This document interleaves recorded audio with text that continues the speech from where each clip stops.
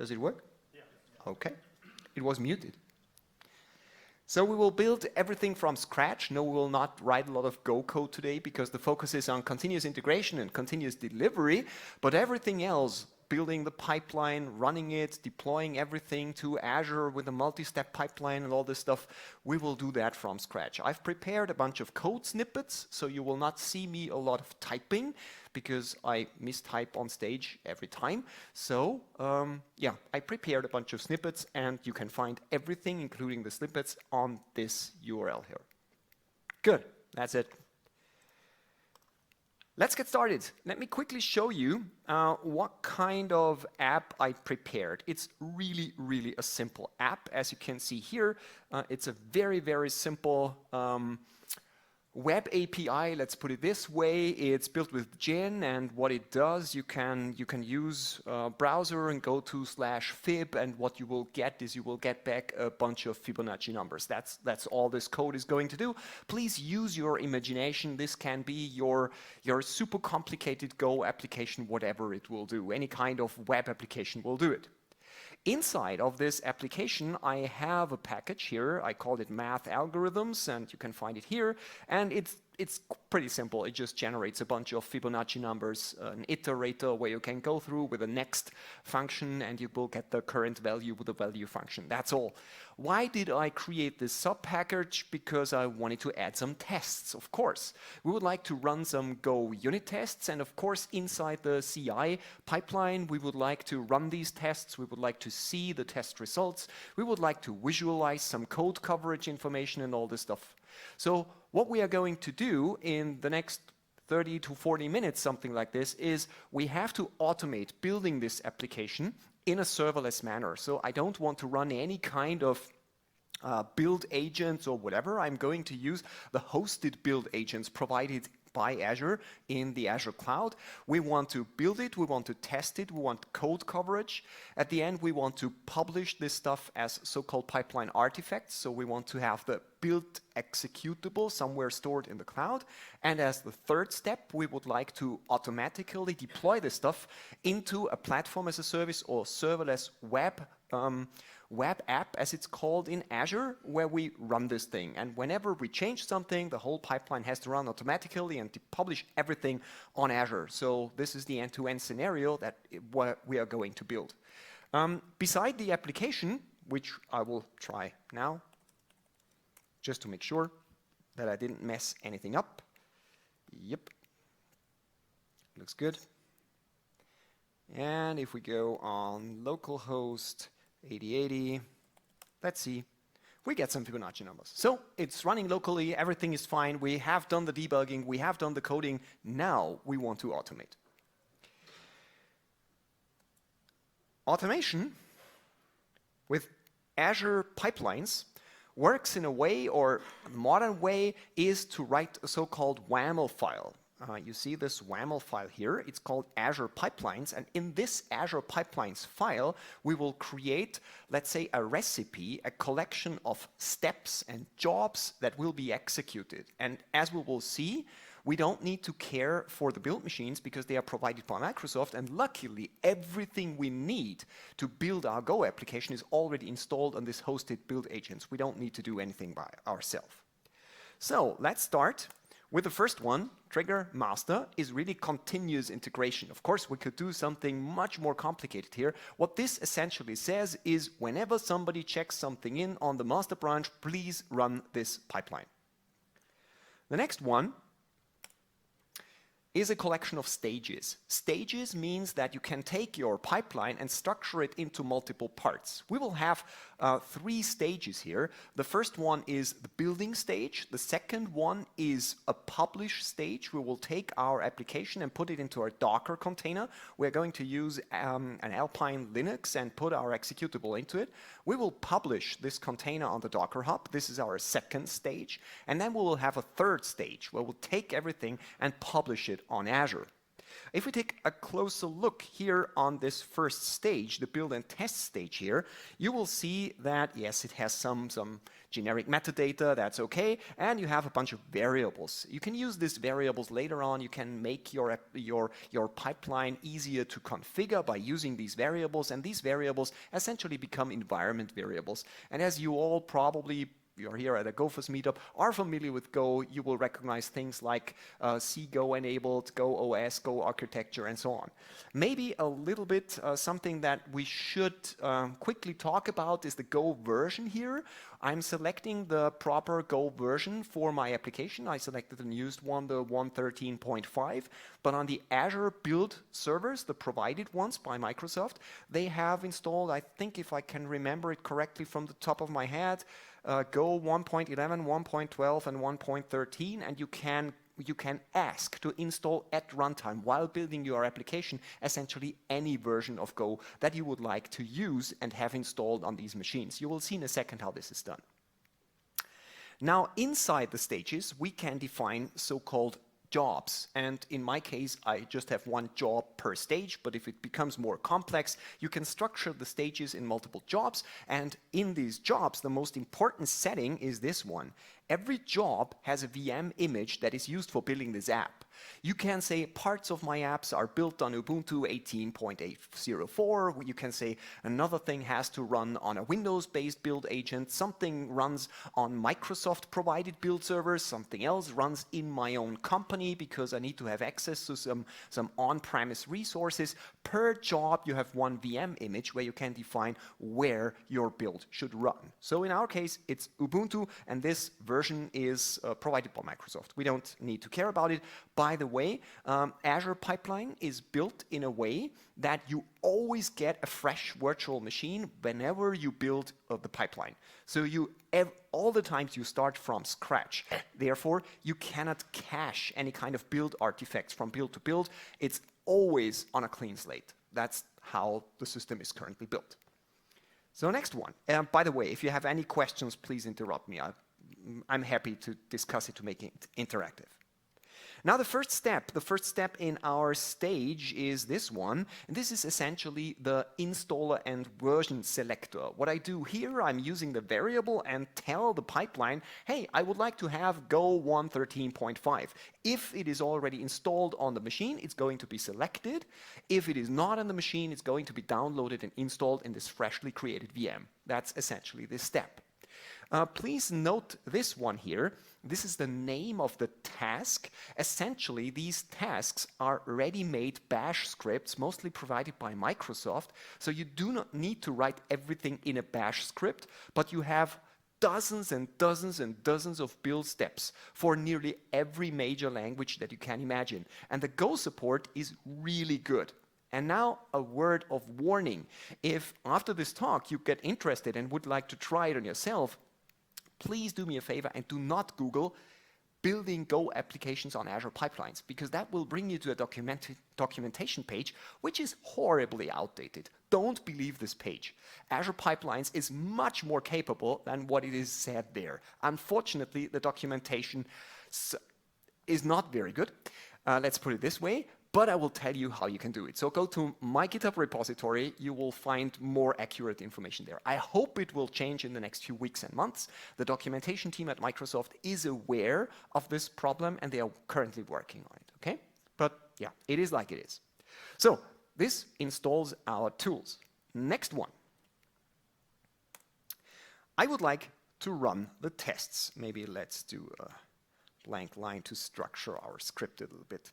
Now, running the tests, as you can see, is a little bit more complicated. I will put it this way. I think on this big screen you can read everything really nicely.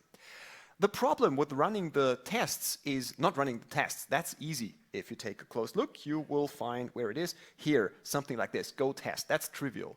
But the problem is that we need to bring the test results and the test coverage data in a format that Azure Pipelines can understand, so that we have a really nice UI where we see the test runs, the test results, the coverage data, and so on. Luckily, there are 3 open source projects available here which are capable of turning Go test results into JUnit files files, and Azure pipelines can understand JUnit result files, and following the same path, there are also two converters for converting coverage data into an XML format that, again, Azure pipelines can understand. So what you essentially have to do is you have to write a little bit of script code that installs these 3 Go applications that are used to transfer the Go test results into results that Azure pipelines can support. Everything else is just plain Go. What I do here at the end is maybe worth mentioning. I am checking the result of the Go test here. So I'm getting the result status, and if the result of the Go test is not 0, I'm writing something, as you can see it here, on standard error. If you write something to standard error, you can set a flag down here that says, if anything is written to standard error, consider this test to have been failed. So therefore, the build will stop. This is what I have built here, okay? So that's an easy way of letting the build fail if your test fails, okay? After this script, we can be sure that our application was successfully tested and we can continue. Next step. Now we can build. Luckily, build is really simple because there is a ready-made task from Microsoft. We don't need to write a bunch of bash script. All we need to say is go build, provide the necessary arguments. We want to compile everything statically because I want to run it on top of Alpine Linux without having to install any kind of dynamic linked stuff. So therefore, yeah, everything is fine. I call my executable, what a great name, demo. Okay, so keep that in mind. We are running our app, demo. Again, if you have any questions, please interrupt me. Next one, we need to publish the results. We do 3 published things here. This one publishes the demo app. Of course, we can make this more interesting and make the name of the application variable, but I think it's really simple. I publish so-called pipeline artifacts, and every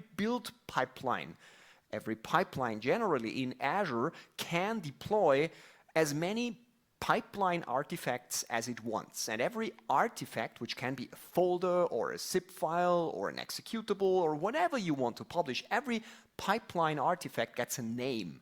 And in my case, I name this artifact executable. Yeah? And I can have multiple of these published things if I want to publish multiple executables, or if I want to publish, I don't know, the test results, or whatever you want to do. That's pretty simple. The next one is not publishing an artifact, but the next one is publishing the test results. Please recognize here the JUnit, the JUnit and XML extension here. I told you that I'm not directly consuming the Go test result files, the text files, but I am transferring them into JUnit format with the Go open source tools that I mentioned before. They are not provided by Microsoft, they are just Go tools from the community. But here, I'm just telling Azure pipelines, hey, this is JUnit, take the XML and interpret it as being, as it would come from JUnit. And yeah, I'm telling it it's in the sources folder, that's all. This one is worth mentioning always. Always says that this step in the pipeline has to be executed whenever I run my pipeline and independent of whether something failed before. So if my tests fail because I messed something up, I have a bug in my software, I still would like to publish the test results. Otherwise, I would have no idea which test really failed. Get the idea? This is the reason why I'm specifying the condition always here, to make sure that they're always exported. Otherwise, the build would stop at the failing test and I would never see the results. The last one is the code coverage. As you can see here, again, a ready-made step from Microsoft, and again, I used the recommended tool format that I generated with the custom tool that I showed you before. Everything else is just plain vanilla, telling it where to find the code coverage files. That's it. Azure pipelines will take the test results and the code coverage files and give me a really nice UI later on when we run the builds. Okay? So we can take a look at it in a few minutes once we ran this stuff. Good. So now we have, let me quickly recap. We have installed Go. We ran our tests, we converted the test results, we published the build executable, and we published the test results, and we published the code coverage files. Sounds good to me. Let me quickly check what the next is. Yeah, the next one is already publishing and building the Docker image, but I think we can give it a try and just let this Azure pipeline thing run to see whether I already messed something up. So let's check in our files. In this case, I would like to check in the Azure pipelines file, add basic pipeline. Good. It's running on GitHub, so I'm just pushing it now to GitHub. Will only hopefully take a second if I still have internet. Yes, looks good. Now let's go here into my Azure DevOps. This is a completely empty project. I created it today in the afternoon when preparing this talk. Nothing is in there. It's really everything from scratch. We don't need to care about things like repositories because we use GitHub there. And the good news is if you are an open source developer, and as you might know, quite a while ago, Microsoft acquired GitHub, and they have a big heart for open source developers. So if you have your code on GitHub and it's public, you will get the pipelines that I show you for free with unlimited build minutes. So you can really run your pipelines at a very low cost point, essentially zero. If you would like to use it for commercial things, of course, then you have to pay a little bit of money, but we have been using this stuff for quite a while, and it's really cost efficient because I don't need to care about the infrastructure. That's the big point here. In my case, I'm going to focus on the pipelines area here. I'm going to pipeline and here creating the pipeline. I could, if I want, use the so-called classic editor, and then I get a really nice click and point and drag and drop UI where I can build the pipeline that you have seen before in a more graphical way. But I don't want to do that. I love typing, I love code, I love to check in some code files, and therefore I'm more into automating this stuff in code files, in my YAML files. But you could use the classic editor here if you want. We can also edit the file later on, but yeah, that's up to you if you are more into UI or if you are more into code. It's up to you. The first thing that we have to tell the system is where is the code coming from, and I'm going to select our GitHub project. It happens to be the topmost one. I will select that one. And as you can see, it automatically recognized my existing pipeline. And yeah, looks good. We could edit it here directly, but hey, if we want to edit it, we are going to use Visual Studio Code. So let's go and run this stuff. This will now create the pipeline and run the first version of our pipeline. Let's go here and see what's going to happen. Now, Azure is looking for a nice little software robot, a pipeline agent that is ready to execute our stuff. We didn't create any agent or something. It already picked it up, and we got a brand new virtual machine which was created by Microsoft from scratch. It's well documented. You have in the documentation of Azure Pipelines a very detailed definition what software you can require on this stuff. And as you can see, it's running through. It already installed and selected the proper Go version. It's now running the unit tests. I will wait until it has succeeded, hopefully succeeded. Maybe I messed something up. We will see. And in a few seconds, we'll say, I messed something up. Let's see. Let's see.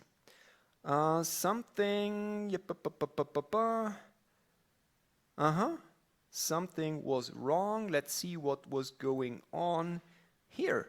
What is that? That one is new. I didn't see that when I tried it last time. Let me quickly see here. Go version, everything looks good, and oh my god, the snippets removed the $sign, and so it was looking for a directory called home, and that of course doesn't exist. The $sign at the beginning of the line was removed by my snippet editor. Okay, that's fine. Let's try it again. Again? Oh my god. Yes, here and line 30. Where? Oh my god. You know what? Let me grab that from my original sample. I'm sorry that the snippets messed up this part of my demo, but I have something here. I will simply go up here and copy everything from the original file. You have seen me creating it step by step, so I think you could follow along, and if everything works out nicely, we now have the dollar signs. That looks good. So, second try. Publish fix pipeline issues. Good. And push it again. Now, of course, I made this mistake. I planned this mistake. No, I didn't plan for this mistake. But because I checked it in, it should now, in a few seconds, automatically run yes, next pipeline. As you can see, so continuous integration really works. It recognized automatically that I checked in some code in GitHub, and let's see. Currently, Azure is again looking for a VM. It found a VM and it starts again. So if I again messed something up, I will show you the ready prepared steps. But yeah, hopefully it will work. Any questions so far while we are waiting for this next step? Yes, question. Why do you think Azure is using VMs instead of Docker images?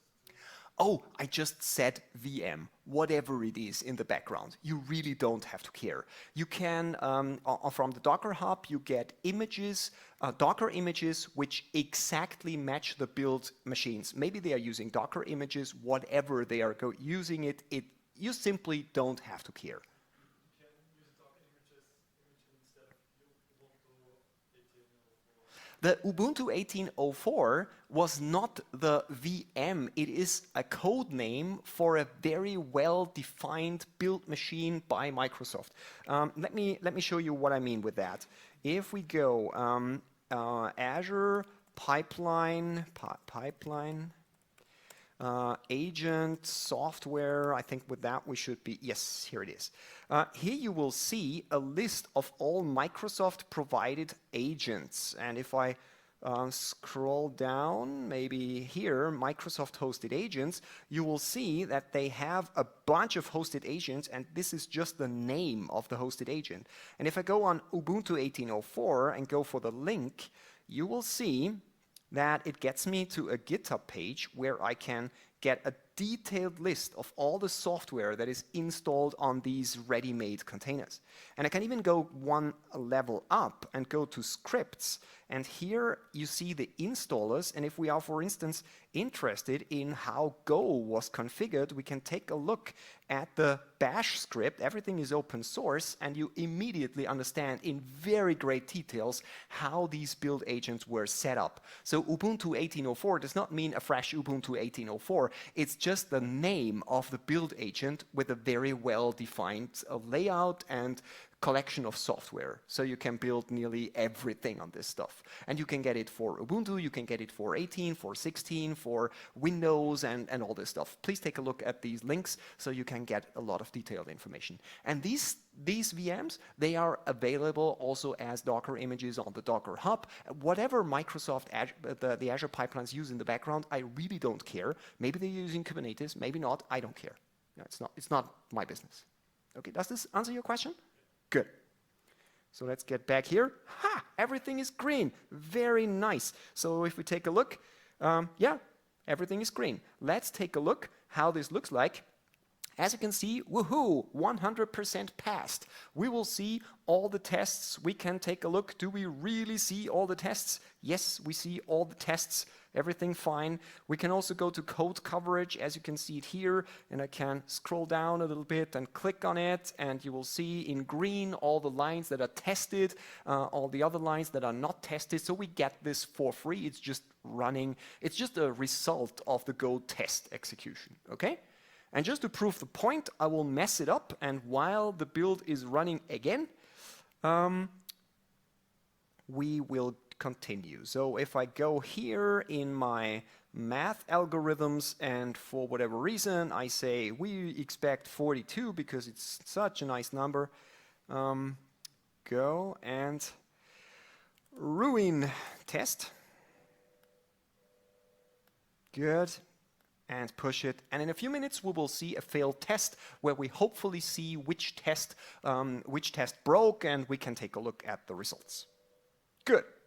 So, if you agree, I would like to continue, and the next step will be building a Docker image, because now we have a web application and we would like to run it in a Docker image. So what I did, I created a Docker file for you. Let's quickly take a look at it. It's really, really simple. As you can see it here, it is based on Alpine. It takes my demo app, as you can see it here, makes it executable, and runs it, and it sets a parameter, command line parameter, that it should run listen on port 80 by default. That is what this Docker image does. Yeah, I just came up with this. I hope that's okay for you. Please imagine your most complicated Docker files that you can imagine. You can run anything here. It's just a Docker file. But this is the demo that I'm going to use. Good. Let's go for it. The next one is this one. This is the next stage. As you can remember, we have multiple stages. The first one was build and test. The second one is now publish Docker image. And we have two steps here. Sorry, two jobs. Again, one job with two steps. Now I got it correctly. Sorry. As you can see, again, I'm using Ubuntu as our build agent. And the first thing that I'm going to do is I'm going to download the artifact. So the build result, which I published as a pipeline artifact with the name executable, I'm now downloading it in my next step. I could use a different VM layout here. I could build it not on Ubuntu, but on a Windows machine. And with these pipeline artifacts, I can copy stuff from one stage to the other stage. And then I'm going to copy this executable into my sources directory, because I would like to have the executable right beside my Docker file in order to have a Docker context that I can ship to the Docker host in order to build my image. This is what I do here. Okay. Last but not least, we are going to log in on the Docker Hub. You can see it here, and build and publish our Docker image. Now this one is again something that we should mention. As you can see it here, I'm just saying Docker login. No credentials provided here. And that is by design. We are referring here to an externally defined so-called service connection. So what we can do is we can go into our project here and go to project settings. And in project settings, we will see that we have a bunch of service connections.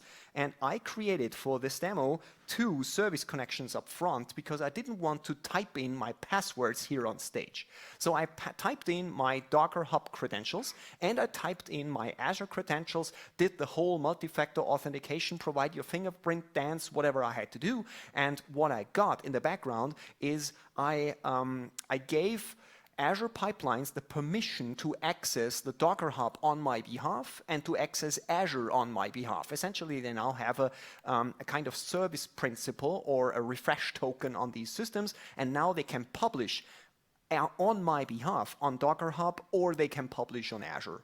This is what I did. And inside the pipeline, we are just referring to these service connections by name. Okay? So I can easily check this thing in. Nothing bad will happen because the secret is stored somewhere else. And if I want to get to these secrets, I need to sign into Azure Pipelines. And for that, I have multi-factor authentication, my fingerprint, and so on and so on. And these keeps my service connections safe and secure. Okay, that's the idea here.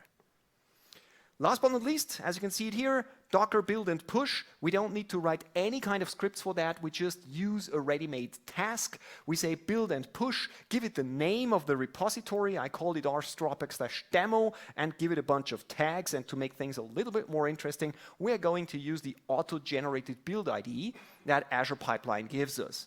This is just a number that is incremented whenever we do a build on this build server, that's all. Of course, you can build a more complicated build number on your own with some kind of templating and so on, but I didn't think that this would provide anything additional information to this talk, so I kept it simple.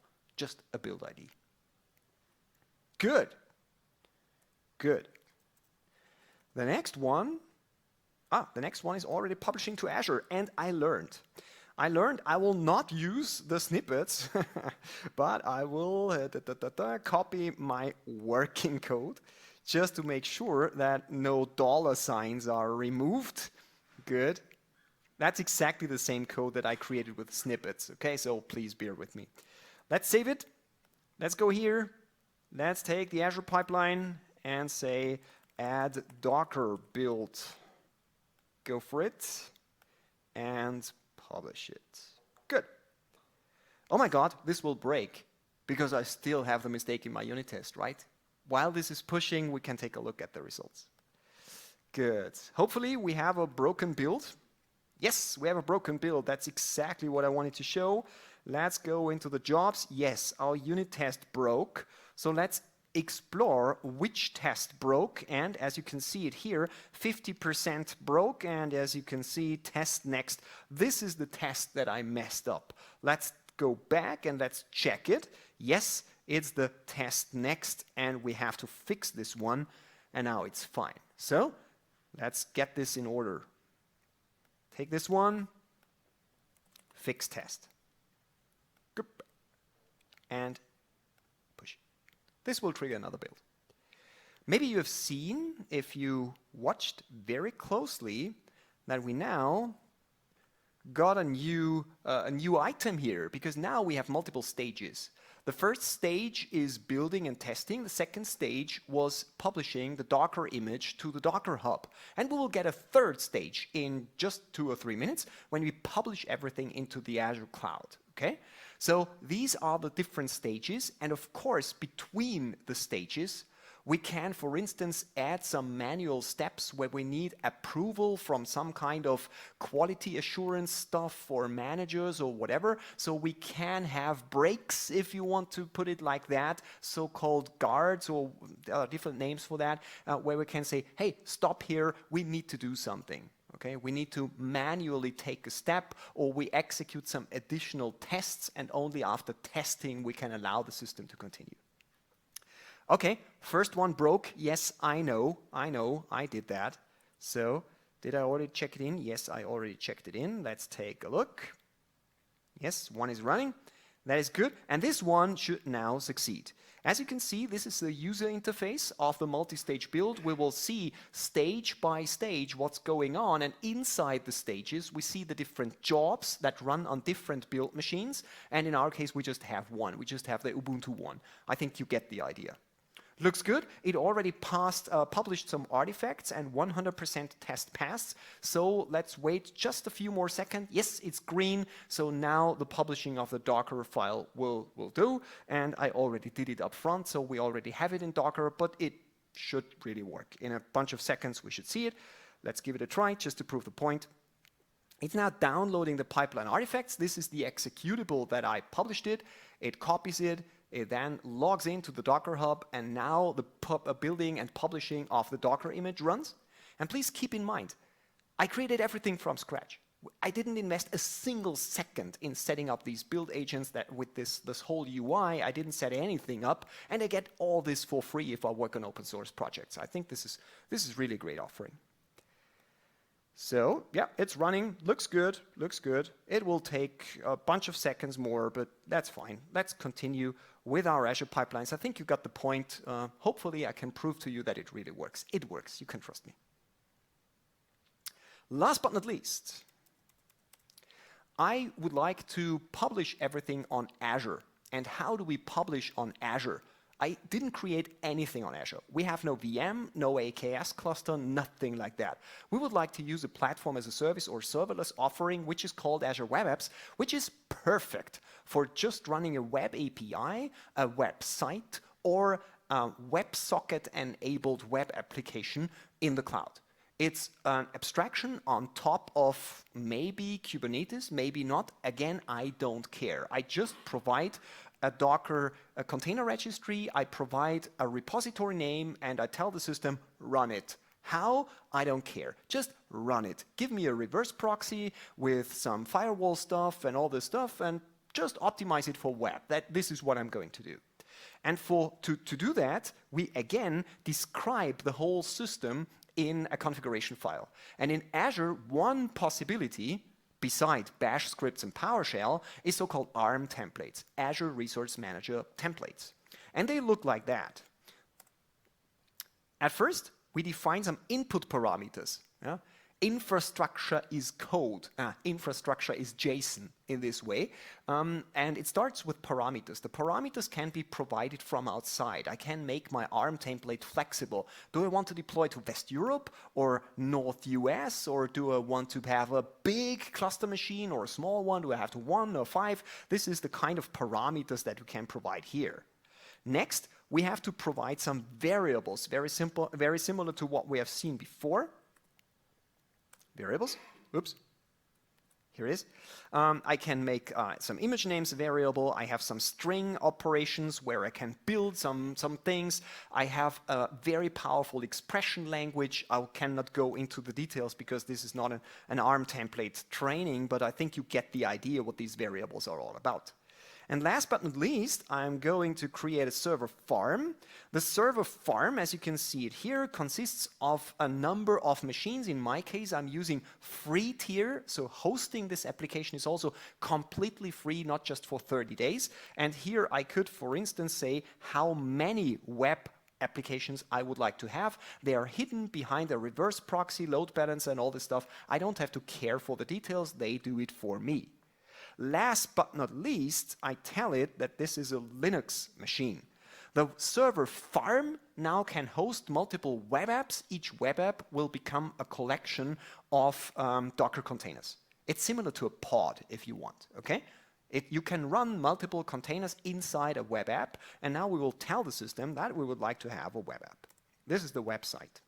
The website now runs on the server farm, and here I have to tell the system that it should get the image from the Docker Hub, and I will specify the name rsdropback/demo, and I will specify here the version that I would like to run. And guess what? The version, demo app image version, up here is a parameter. Whoops. Come on. Now I got it. Here. It is a parameter. And where does it come from? From the build. Because when the build now publishes everything to Azure, it will tell the system, hey, I just built the build ID 752. Please take the Docker image version 752 and deploy it. And the nice thing with ARM templates is if I don't have anything in Azure, it will spin everything up from scratch. I don't have to do anything manually. And if I run it a second time, it will do a diff, similar to, I think, what Terraform does.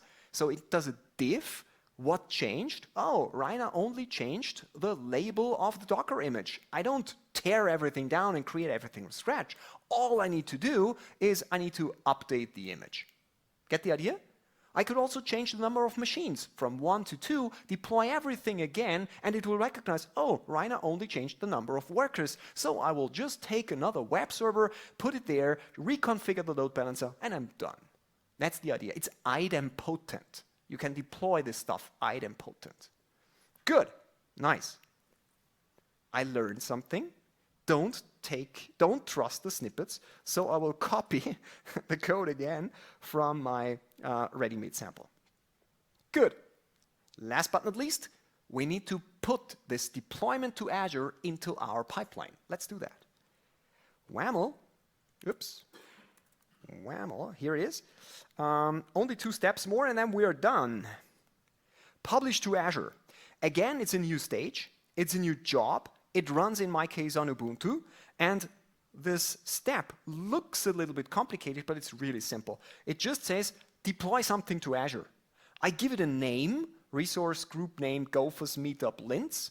I give it a data center location, West Europe, and I will tell some parameters which will drive my Azure publishing. Deployment mode incremental means exactly what I told you, idempotency, only update the things that are new. Don't tear everything down and build everything from scratch. Last but not least, to make our application really nice, we will do a warm-up. Warm-up means that I'm running a simple curl against my web application and check whether curl responds with an error. Because if it doesn't reach the the thing that we just deployed to Azure, we are going to fail because we want to have continuous delivery, and I'm going to create a very trivial, let's say, smoke test whether the deployment really worked. Get the idea? Of course, in real life, you would do much more interesting tests here to check whether the deployment really worked, but I think you get the idea, right? Okay? Good. Just to make sure, you know the drill. Let's copy the last ones out here to be sure that I didn't screw up with the dollar signs again. Good. Same code. Now we will publish both changes, Azure deployment and push it. Let's check whether the build starts. It should start in a second. And here it is. It's running now. We have 3 stages. Let's keep it running. Here in Azure, let me quickly show you that I'm not cheating. You see, if I look for Goph, there is no resource group, nothing. It's empty. I don't have any AKS cluster, no VMs, nothing. I really do everything from scratch here. So let's check whether it works. Let's take a look. Okay, it's currently building and testing, and we'll see publishing and publish the app. For the sake of time, if I messed up something and we don't see green checks here, I'm going to show you the ready-made example that I already deployed just to make sure. So please don't be angry with me. I only have 45 minutes and sometimes I simply mess some demos up. Hopefully we will see green checks. But now we have approximately, I would say, 2-3 minutes where you can maybe ask some questions while we are waiting here for the build to continue. Any questions from your side? No questions. That means either I bored you to death or everything was clear. For me, let me describe a little bit why I'm so fascinated from this technology. I am really a passionate software developer. I love writing code. I love writing code in Go, in .NET Core, in TypeScript, and so on. I don't like maintaining servers. I hate that. Therefore, platform as a service and serverless is really, really important for me because with that, I don't have to care about infrastructure. I love Docker, but I don't like Kubernetes because it's way too much ops in the DevOps world. And therefore, I like infrastructure. I like platform as a service and serverless. And this is what my talk was today all about. Using ready-made components in the cloud to reduce the ops work as much as possible and to increase my developer productivity as much as possible. So building was successful. Now it's publishing the Docker image. Let's see whether this works. I think we haven't seen that one. So login was successful. I can go here. Yes, it's currently building. It hopefully will be done in a second. While this is running, I can describe another thing. If you say, oh, I cannot do that because I don't have all my artifacts in the cloud. What you can do is you can run those build agents based on the Docker images from the Docker Hub in your own data center on-premise. Well, looks good. You can run it on-premise, and if you run it on-premise, you can still use this nice UI because the build agents which run on-premise and which can access your local resources, they will be orchestrated by Azure pipelines in the cloud. So they contact it and they will be driven by the cloud. And therefore, everything I show you here can be done on-premise too, without having to lose all this stuff. But still, you have then to care for the servers on-premise and things like that. But this is definitely possible. And for some companies or some scenarios where I definitely don't want to give the software to Microsoft, for instance, this is an important aspect. So as you can see it here, it's currently publishing. And if we take a look here, I'm nearly done. I promise.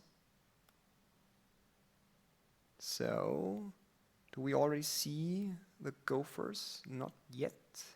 Let's refresh. We could also wait a few seconds, but time is it running? Here, go for Meetup links. Okay, and you see here, deployments. If I click here, we can take a look. Yes, deployment is currently running, and it's now, oh, it already created server farm, and it created the sites. It looks really nice. Maybe we really see it working. As you can see, the app service plan is already here. The website should appear in a second if we take a look here. It already deployed it, but trying it failed. That can be a timeout. Maybe it was a timeout. Let's see. Let's see. Go here and say fib. Yes, it only was a timeout. I'm sorry. I created a timeout of 15 seconds, and the free version of the web app is sometimes, when setting it up from scratch, a little bit slow because it's free and it's a very small machine. But you see, now I could show you exactly what I wanted to show you. I could show you that we have a pipeline. Please ignore the last one. It really worked. You saw it. A pipeline created from scratch, building the Go app, testing the Go app, doing some code coverage, putting it on the Docker Hub, and then driving some cloud resources and pushing it into Azure using the ARM template. This is what I wanted to show you. I'm very glad that it worked at the end. So, thank you. I hope it was an interesting 3/4 of an hour. I recorded the whole session. Hopefully it will work. I will put it on YouTube on my YouTube channel. So if you want to keep in touch, then the easiest way to do that is to visit my digital business card if you want, rainerstropek.me. And here on the right lower corner, you will see a bunch of links, including LinkedIn and Facebook and whatever, Twitter and YouTube. And yeah, use one of these links. Let's connect and let's keep in touch. Thank you very much. If you have any questions, I'm more than happy to answer them. Thank you. Thank you, Rainer. So before Gernot is starting with his talk, I think we should do a 5 to 10 minute break for going to toilets or grab a new pint of beer or something like that. So 5 to 10 minutes, then Gernot is starting with his talk. Thank you, Rainer, for this great introduction to the DevOps Azure pipelines. I hope we see you again. Yeah, I would love to. Okay, so does anyone have any questions? Yes. What? Wait. For recording. Hello. My only question is, we already have a CI with GitLab, right? What's the difference with the costs? Like, do you know? Like, it's not a technology question, but how much does it cost to run a huge Kubernetes cluster or one pipeline run or something like that? I have no idea. Unfortunately, I don't know it from the top of my head. I could Google it now, but it doesn't make sense to Google it on stage. We use this stuff for all our projects, and you hearing me not knowing about the costs, you can interpret that in that way that the costs are not high. At least for a small company. Of course, I know you are a completely different company. Of course, costs matter here. And yeah, the pricing is really simple. You pay, I think if I can remember it correctly, by concurrent build agents or something like this. Please check the website. I'm not an expert in costs of Azure pipelines. I'm sorry that I cannot give you a closer answer. Thanks. Anything else? Good. Anything else? Good. We can have a chat during the break. Thank you again. Thanks again, and let's have a break.